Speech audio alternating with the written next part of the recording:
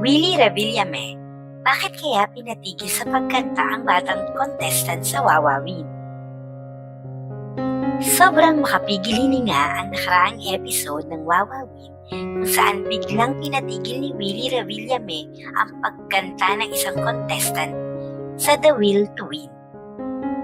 Hindi pumayag ang comedian TV host na basta na lang mag-perform ang bata pagkatapos magka-problema sa audio ng kanyang piyesa.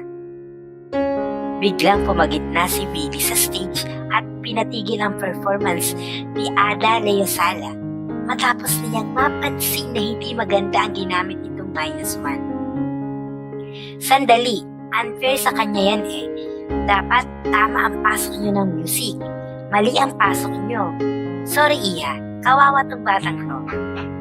Dito, nalaman ng TV host at ng production na ang contestant lamang ang nag-edit ng kanyang -1 gamit ang mobile phone.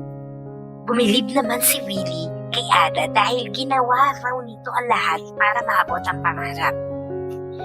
Ang naging desisyon ni Willie, huwag nang gamitin ang -1 at pinatugtugtong live ang musician ng Wawawin.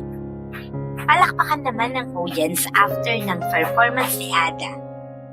Sabi pa ni Willie, impromptu po yan ah.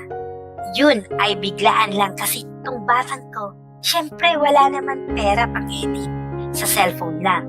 So, magmula ngayon, Michael, John, lahat ng nag-handle ng The Will to Win, buti na lang ako ang nag-host nito dahil kung hindi ako, pinabayaan nyo na yan.